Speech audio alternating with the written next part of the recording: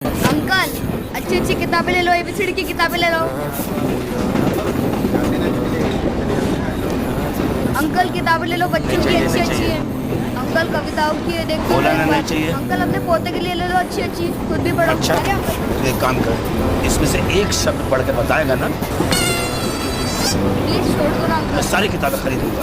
सोच क्या रहा प्लीज पढ़। जाना अंकल, दूसरे दिन नहीं नहीं पढ़ के बता।